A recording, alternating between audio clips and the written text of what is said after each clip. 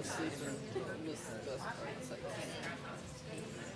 I think there's a way I You can. watch hockey, you have to watch hockey. Yes. Yeah, but then they And have I'm usually doing a classroom. hockey's too fast. But then they have intermission, and I don't talk a lot. Well, then Hortense has got this so much TV. And I went over and watched Logan and Gavin. And, you know, I'm sitting there and I'm just like, wow, big. So then now when I'm sitting back in the regular, I mean, my TV is plenty big. Not a big No, deal. no, you gotta think any TV's No, not but my stunning. son has one of those, and I almost feel like you're in the rink or something.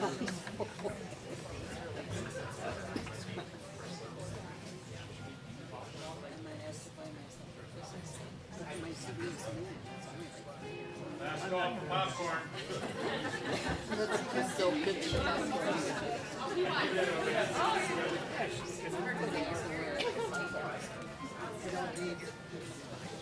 right. Oh my gosh, Hello, everyone. Hello.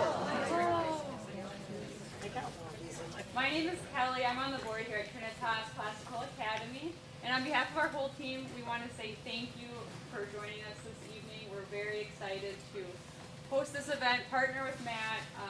It's just going to be a really fun and unique event for tonight. We wanted to start off tonight by drawing for a door prize. We didn't bring up here, but a C.S. Lewis book, surprised by Joy, and then a homemade delicious cheesecake. If you sampled one in the back, that would be what you're taking home. Okay. All right, so take out your red tickets. We have ticket number 6605003. Woo! Hey, there we go. All right. So we'll just keep it on the back table for you, and you can grab it before you go. Thank you. All right. Thank you, everyone. Enjoy the evening. Thank you. Give Matt a round of applause.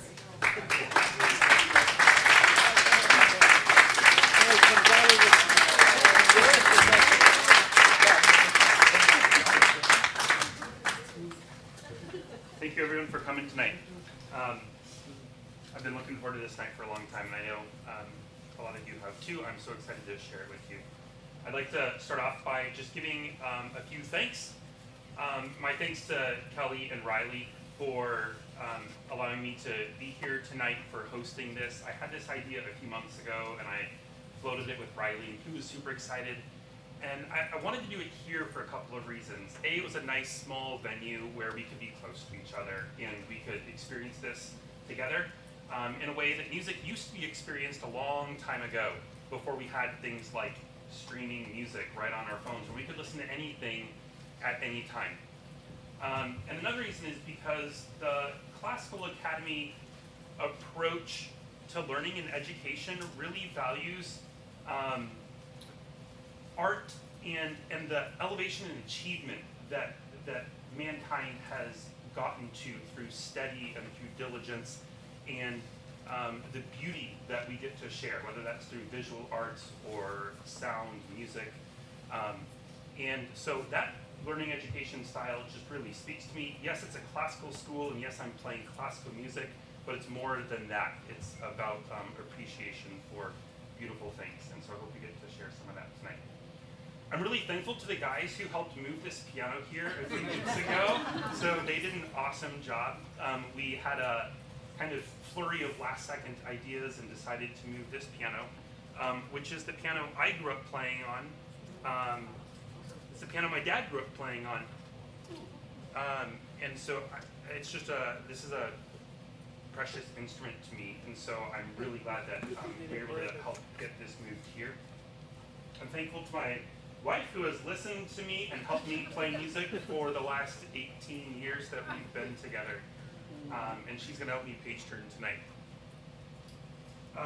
And last, I'm thankful to my mom and dad for getting me started with music when I was 5 years old on the piano. My mom started teaching me. And it is important to support your children in what they love and are passionate about, and to get behind them. And I look back and I really owe a lot of who I am to their love and support. My family was recently together up here at our house a few months ago, and for those of you who don't know, my dad passed away in 2012. And we were just sitting around the family room, and I'd opened up a piece of music that I hadn't played in a long time, and I found a sticky note from my dad, and it just said, "I love listening to you play," and those things are important. So, for those people in your life, those children, grandchildren, friends, neighbors, support them. It really makes a huge difference in them. So thank you to everyone, and we'll get started. Tonight, a few ground rules. This can be a little bit interactive during the lecture portion. So when I'm talking, if there's a question, if I use a term that you don't know, if you would like me to explain something a little bit more, please just raise your hand, speak up. I would love to explain or answer a question that you have, okay? Not while I'm playing. And to that end, if you would please just double check your cell phones. If you think that doesn't apply to you, you are going to be that person whose phone rings. And if you're a doctor in the room, I suppose it's okay. What you aged, I know what that's about. The format of this evening is going to be, I'm going to give a little lecture about Edvard Grieg and the music that he wrote when he was a teenager. It's really impressive thinking about this music, not just as, works of a renowned classical composer, but as a 15, 16, 17-year-old who is just getting started in his musical journey. And so we'll have a little bit of a lecture, we'll intersperse it with some music. There's a long stretch of music in between because the first 3 compositions that he wrote and that I'm sharing tonight, one of them is called 23 Little Piano Pieces. So there's 23 pieces all in a row that we're going to listen to. And please do not clap during those 23 pieces after them because we'll be here forever. And we all would like to get home at a decent hour tonight. So I would appreciate that. I think that's it. So we'll get started. This is a concert series I've been dreaming of ever since I first experienced the music of Edvard Grieg. When I was about 14 years old, roughly, I don't remember exactly, a friend from my church invited me to go listen to the Cedar Rapids Symphony Orchestra, and I had never been to such a thing before. And here I am. And one of the pieces of music they played was for string orchestra, and it was called Holberg's Suite. It was by Edvard Grieg. And it just really excited me, hearing this wonderful sound from a group of musicians, and I didn't know who this Edvard Grieg was. And I started listening to some of his music that we had on CD that my parents had, and I really fell in love with his music. And so this has been a little passion project of mine that I've dreamt up for quite some time. And I finally told my wife this year, I just have to make this happen because I just keep getting older and keep getting busier. And so here we finally are, we've made it. So this is part 1, and I titled it The Student's Voice because we're starting right at the beginning of Grieg's compositional career. So, Edvard Grieg was born June 15, 1843 in Bergen, Norway, and he died September 4th, 1907, age 64, in Bergen, Norway. He's the most famous Norwegian composer of his time. He was one of the nationalist romantic composers, along with counterparts such as the Czech composer Antonin Dvorak, Jan Sibelius from Finland. What separated what we refer to now as the nationalist composers from other stalwarts of their time like Johannes Brahms, Robert Schumann, Gustav Mahler, was the incorporation of their country's musical ethos into their compositions.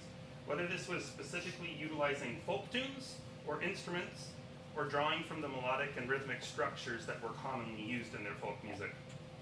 Edvard Grieg was both a product of his time, born into a period of national Norwegian revival, an interest in the preservation of all things Norwegian, as well as a visionary of his time. He was able to collect, transform, and elevate the musical identity of Norway into something that became artistically relevant. Grieg's most well-known works are giants in the Romantic literature. His Piano Concerto in A minor is a quintessential favorite in the genre. You may recognize the opening chords here. I haven't practiced this, so sorry.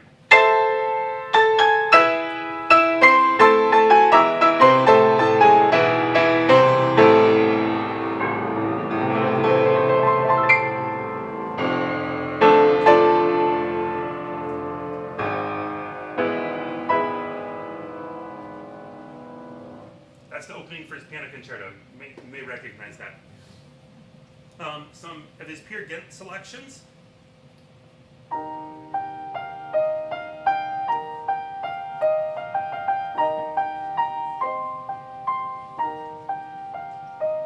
may recognize that one, Morning Mood.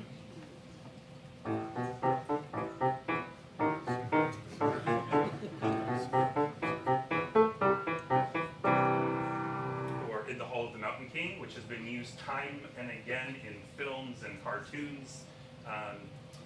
But staples of the orchestral repertoire. He also wrote 10 volumes of lyric pieces that have been used by piano teachers all over the world ever since they were written. Full of little gems ranging from little Norwegian folk tunes to beautiful, surprising, sweeping epics. Most people familiar with classical music have heard some of these works, and many people have no idea of Grieg or classical music have still heard some of his music. We're going to take a little bit of a deeper dive here into the life and music of Edvard Grieg, starting right from the very beginning. And along the way, we're going to explore what it was that formed Grieg into the composer he became. We'll learn a few of the hallmarks of his compositional style and enjoy some lovely music along the way. Grieg happens to be a name of Scottish origin. I did not know this until I was researching it a little bit more. Originally, Clan MacGregor. They were forced to relinquish that family name in the 1600s due to trouble with the Crown of England.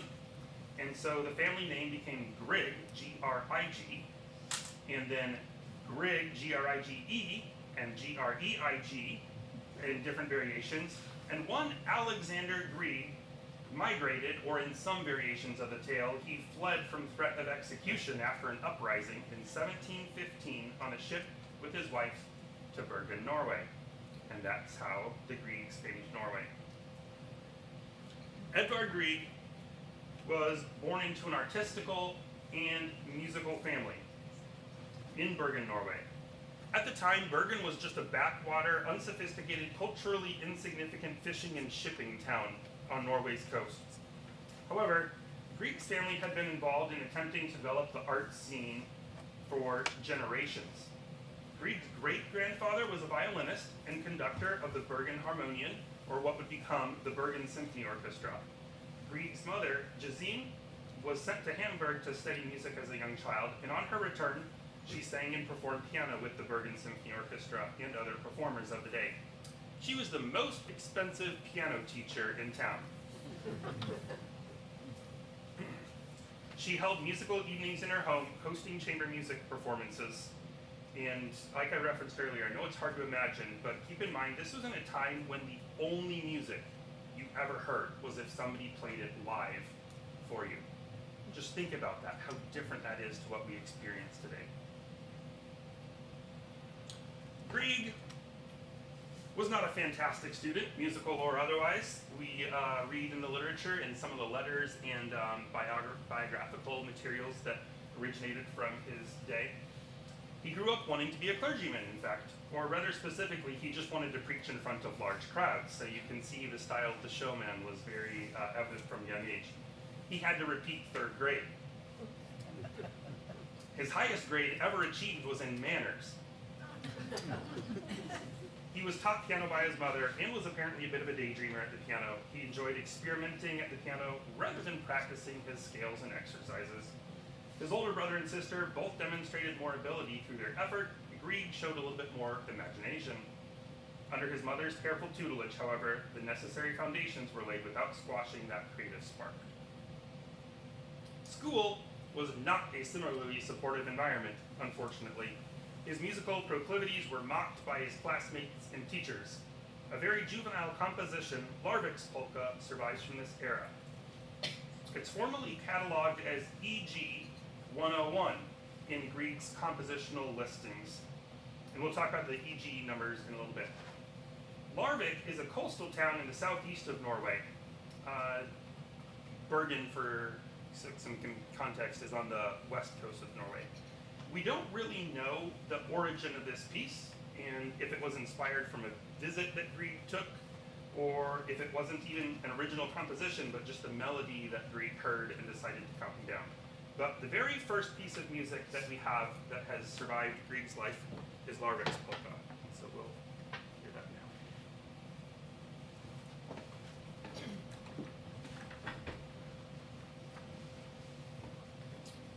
Written at the age of 15.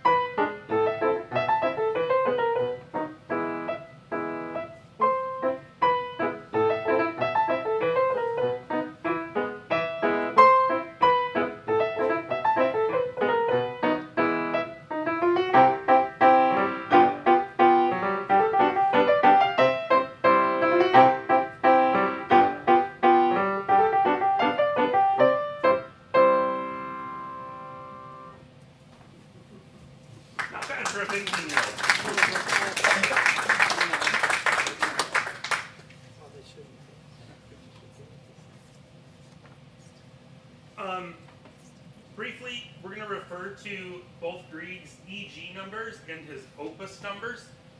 For those of you who don't know, an opus number, you might hear like opus number 27 or something like that, right? An opus number traditionally refers to a published work. So something that has been selected by a publisher, printed en masse, and sent out to the world. The problem with opus numbers is they don't always follow any kind of chronological order whatsoever, especially in Grieg's case. And so, as interest was, and researchers were putting together Grieg's catalog and finding all kinds of music that had never been published, they decided to do what is commonly done and create a different catalog system than his opus numbers. And so these are the EG numbers. And they start at 101 with Larvik's polka that we just heard and go forward from there. The other challenge is that they established this catalog and then decades later came across more of his music. And so if you truly look at his chronological listings, the EG numbers now are all out of order. So it's like we've got EG 179, Opus 1, Opus 2, 114, 159, in that example there. And so what started out as a well-intentioned chronology turned out to be a little bit of a hodgepodge mess. The works that we'll all listen to tonight are all EG numbers, and so they were never published during Grieg's lifetime.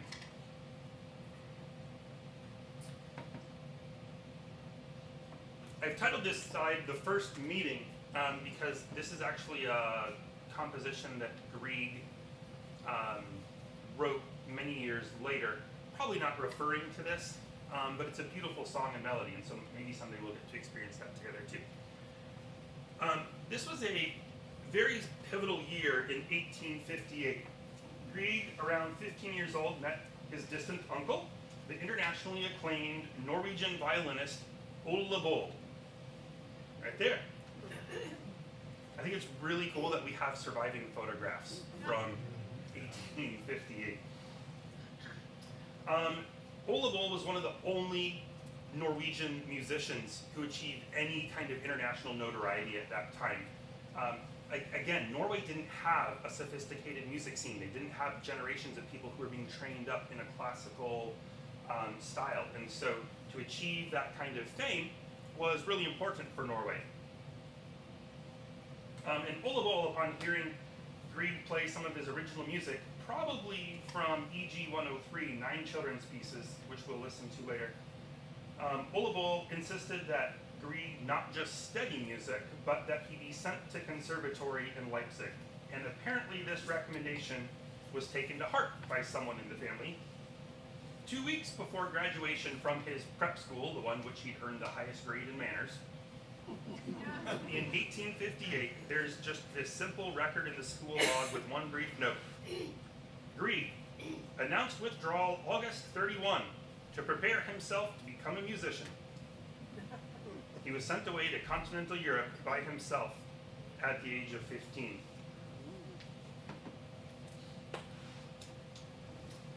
So, at the Leipzig Conservatory, his musical education leaned rather traditional.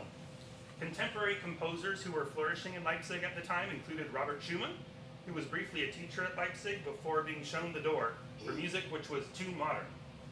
And if you know anything about Robert Schumann, he has just about the most unmodern, very straightforward Germanic music you could possibly compose. So if Robert Schumann was too modern for Leipzig, that gives you an idea. Richard Wagner was writing and premiering a lot of his operas just down the road from the conservatory at this time too, for some more musical context.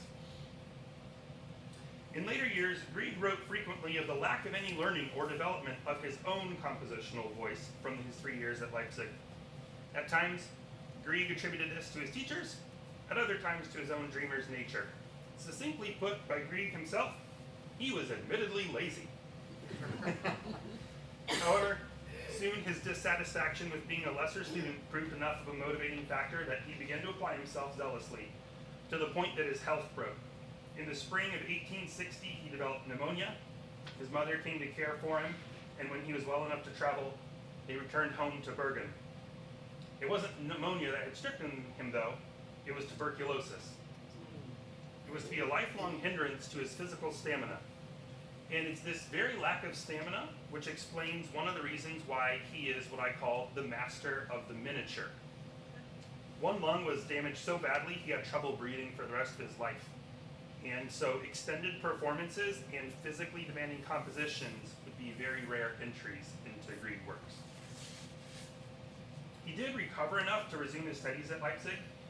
And here in his harmony studies, we see in his workbooks the foundations of a lifelong hallmark in his compositional voice, and that is chromaticism.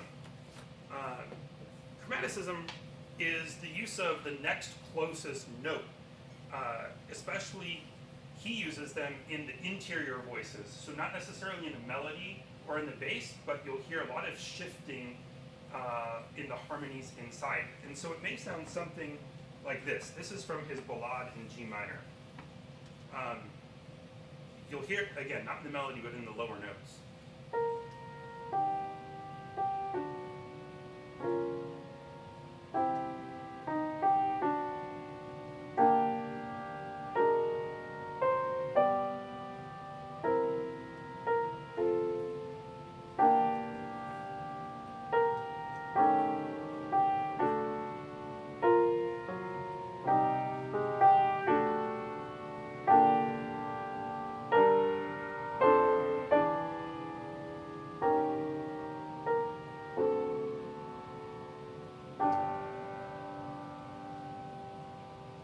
Sound very slippery or smooth as it's just kind of shifting very subtly from one chord to the next. And so you'll hear a lot of chromaticism in his music, and even in the music that we're going to hear today when he was just a student at Leipzig. That glimpse of genius we will hear in some of this music, but the Norwegianness clearly had not yet emerged. Like, it was not fashionable to be including any Norwegian folk elements in his music. Every once in a while there's a little bit of a funky rhythm where it's like, well, a German composer wouldn't write that. And that's a little bit of Grieg, like grabbing some of what he's used to have heard growing up and putting that into his music.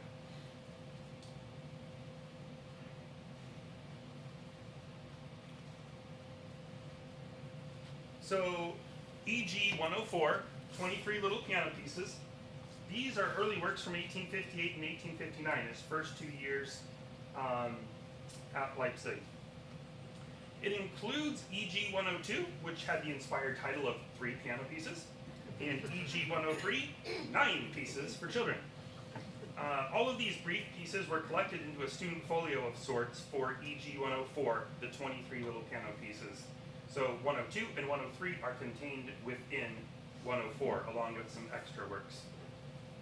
Here right at the start, we see another lifelong hallmark of Grieg's compositions, short and sweet.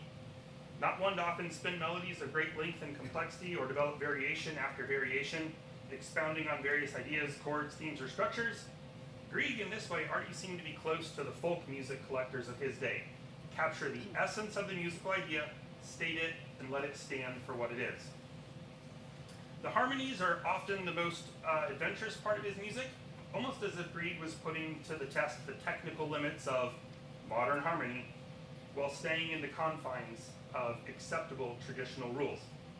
I can definitely imagine many professors listening to some of these pieces and raising an eyebrow and saying, well, I guess you can do that, but I'm not sure you should do that. The structure of a lot of these pieces is in a simple A-B-A format. And so one of the things you can do as you're listening to these is try and listen and identify, okay, this is the A section. The B section is going to be contrasting. It's going to be different in style or going in a different direction. And then we're probably going to come back to what we started with again, with an A-B-A format. And he will carry this throughout the rest of his life. It's a very standard Grieg, almost a cliche. A lot of the titles are in Italian with terms that indicate their tempo, and of course Italian's the universal musical language, and we'll see those titles up here as we go through. A few of the titles are descriptive rather than indicating a tempo, and they're in German, befitting a Leipzig conservatory student. For instance, number 22 translates "not too fast, peacefully." The remaining titles are programmatic, which is a term that says the title is meant to suggest what the composer or the listener is supposed to associate the music with. These include, for example, number 7, A Dream, or number 10, At Gellert's Grave. And you'll ask, well, who's Gellert? When we listen to this piece. Christian Gellert he lived about 100 years prior to Grieg, and from all I can gather, he was a fairly famous Christian author and sometimes hymn composer.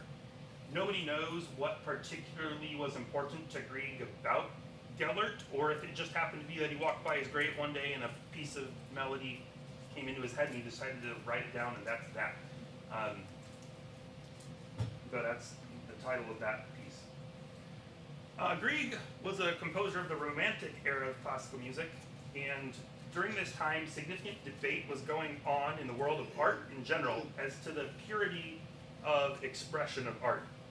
Should it be suggestive? Should it tell a story? Should it have a composer or an artist or an author explicitly telling the consumer what it is about? Or should the true expression of art pursue open interpretation with no preconceived bias from the creator?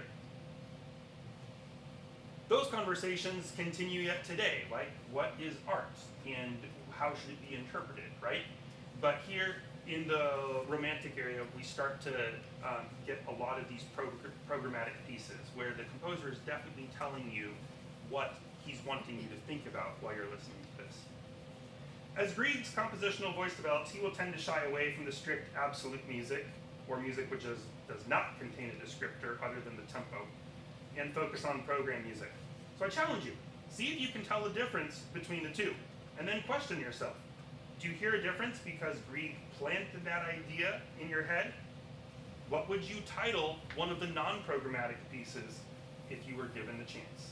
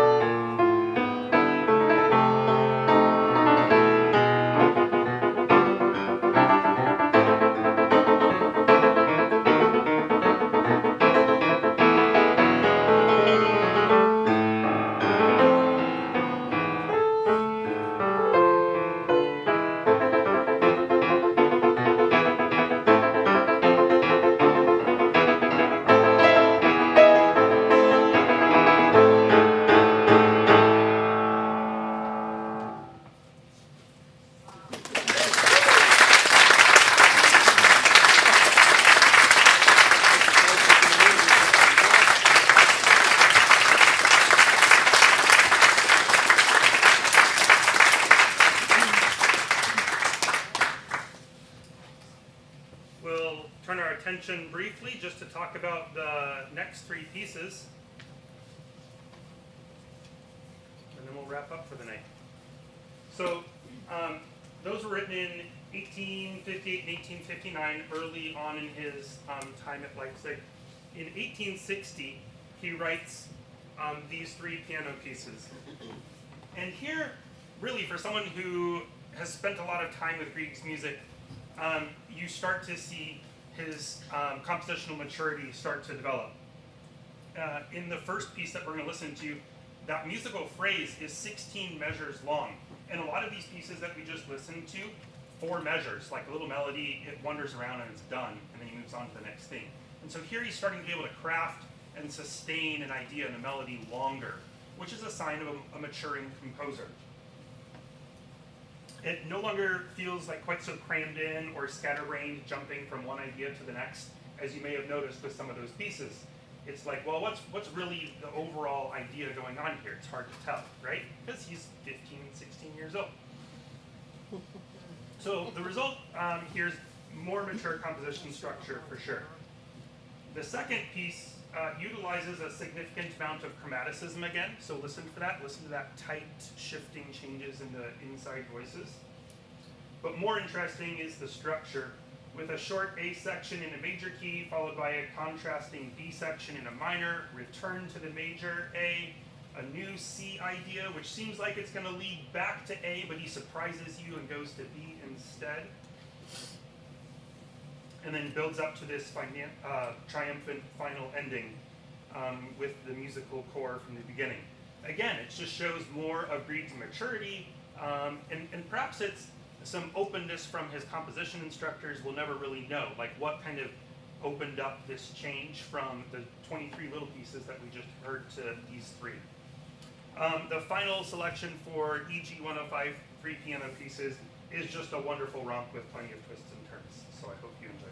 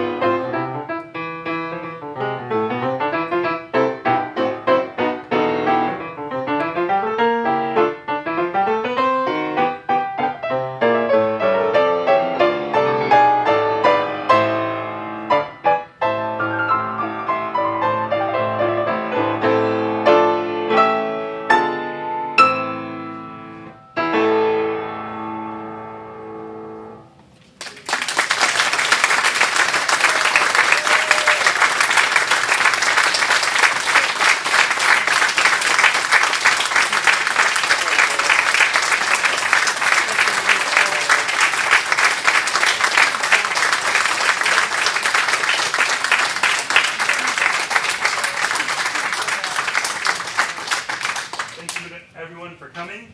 I'm happy to stick around and chat with you, answer any questions you have, or if you want to take a look at some of the music. I also have a really cool collection of Grieg's music that's about 140 years old, that may be the only copy in the world, so I'd be happy to show that to you guys if you want to.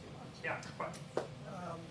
I was in Bergen about 30 years ago and got to see his home and his little shack that he composed in. And then we got to hear a concert with some of his pieces. I suspect more mature pieces that showed a little bit more emotion than some of these do. Yep. And but this is wonderful. I got a beautiful little home on the cliffs of Bergen, and I hope to make it there someday to see it. Yeah, I love it. And where did his income come from? Good question. Early on, I believe a lot of it was a stipend from the government of Norway, actually the royal crown of Norway. Shortly after this period, he's going to graduate from conservatory, and like most recent graduates, doesn't have a lot of money and not a lot of income prospects, and he applies for a grant and it gets denied him. And he actually stops composing for a couple of years. There's just like this gap of silence in Grieg's life. He probably went into a fit of depression, understandably so. And so, he also, his very first opus number 1, he connected with a new publisher, C.F. Peters, in Germany, and they kind of took him under his wing. They needed new composers. They were a growing publishing company, and so Grieg got connected with them, and they ended up being his lifelong publisher. And so he did actually have a very good stream of income from publishing his music. Composers back then primarily made money from two different sources, and it was their published works. They'd get royalties from that, or performing.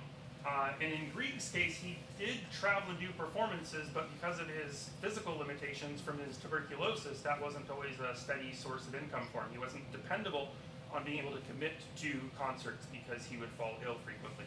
So it's a great question. Did he teach at all? I don't know. I don't think he had a huge teaching studio. No.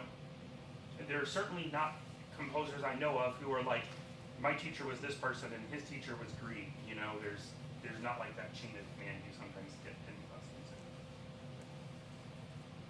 When do we get to hear part 2? I was thinking about like, do I try and finish off the rest of his conservatory music and do that all in one, and then the 23 piano pieces just gets a little long, and so I would like to do this about every 6 months. It takes a little bit of time to get these pieces under my belt and start to think about it and commit to it. So I need a couple weeks break at least.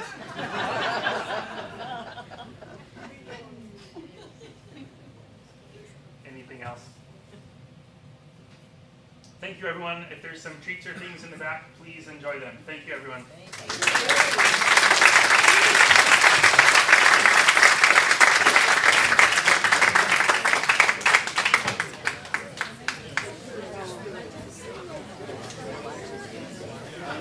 It's amazing. What a